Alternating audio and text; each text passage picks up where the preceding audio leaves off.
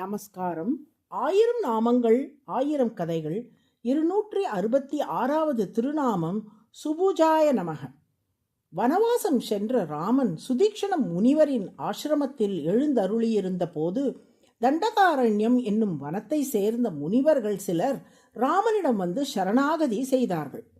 அரக்கர்களின் தொல்லையால் தங்களால் யாகங்கள் செய்ய முடியவில்லை என்றும் ராமபிரான் தனது தோள் வலிமையால் அந்த அரக்கர்களை அழித்து முனிவர்களான தங்களை காக்க வேண்டும் என்றும் பிரார்த்தனையை முன்வைத்தார்கள்.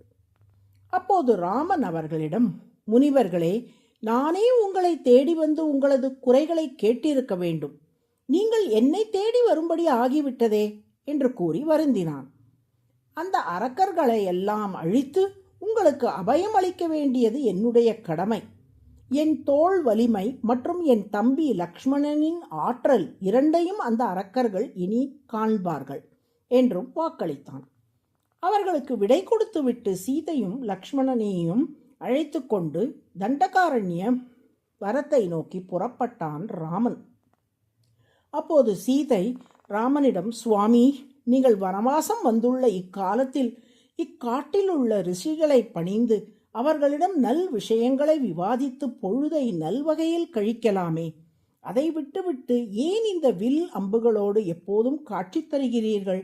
உங்கள் வில்லையும் அம்புகளையும் சற்று ஓரமாக எடுத்து வைத்து விடுகிறீர்களா என்று கேட்டாள். ஏன், நான் வில் அம்புகளை கையில் வைத்துக்கொண்டே முனிவர்களிடம் செல்லக்கூடாதா என்று கேட்டான் ராமன். அதற்கு சீதை, ஒரு மரத்தடியில் ஒரு முனிவர் தவம் செய்து வந்தார். அவ்வழியே சென்ற மன்னன் ஒருவன் தனது வாளை அந்த முனிவரிடம் கொடுத்து தான் திரும்பி வரும் வரை அதை பத்திரமாக பார்த்து கொள்ளும்படி வேண்டிக் கொண்டான். முனிவரும் அதை ஏற்றார்.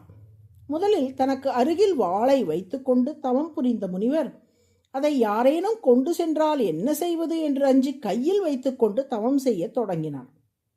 அதன் பின் இறைவனை தியானிக்க வேண்டும் என்பதை கூட மறந்து வாளின் மேலேயே சிந்தையை செலுத்தத் தொடங்கினார்.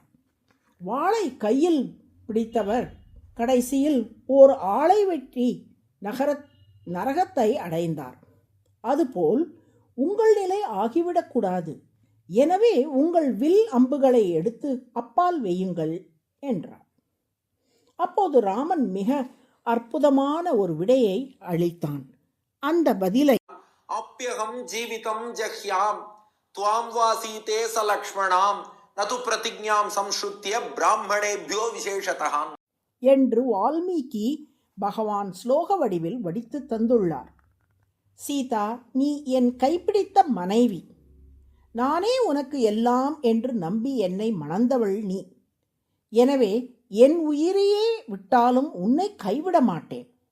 ஒருவேளை உன்னை கைவிடும் சூழல் ஏற்பட்டாலும் லக்ஷ்மணனை கைவிட மாட்டேன். தன் தாய் சுமித்ரை, மனைவி ஊர்மிளை இவர்கள் அனைவரையும் மறந்துவிட்டு நமக்கு தொண்டு செய்வதற்காகவே வனத்துக்கு வந்தவன் அவன். எனவே அவனை கைவிடவே மாட்டேன். ஒருவேளை லக்ஷ்மணனையே கைவிடும் சூழல் வந்தாலும் அரக்கர்களிடம் இருந்து முனிவர்களை காப்பதாக வாக்களித்தேனே, முனிவர்களுக்கு அளித்த அந்த வாக்கை கைவிடவே மாட்டேன் என்று விடையளித்தான் ராமன். அப்போது புன்னகைத்த சீதை, சுவாமி, தீய சக்திகளான அரக்கர்களிடம் இருந்து நல்லோர்களான முனிவர்களை நீங்கள் காக்க வேண்டும் என்று தான் நானும் விரும்புகிறேன். எனினும் அந்த காத்தல் தொழிலை செய்வதில் தாங்கள் எவ்வளவு தூரம் உறுதியோடு இருக்கிறீர்கள் என்று பரிசோதிக்கவே இவ்வாறு சொல்லி பார்த்தேன்.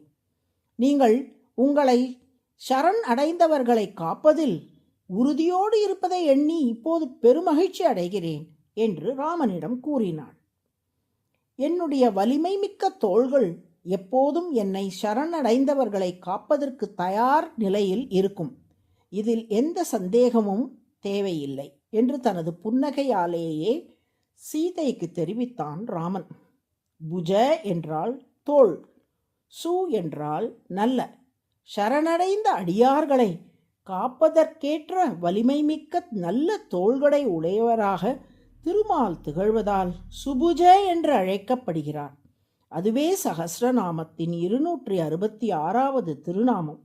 சுபுஜாய நம என்று தினமும் சொல்லி வருவோரை திருமாலின் திரு தோள்கள் எப்பொழுதும் காத்தருளும். நாராயண நாராயண.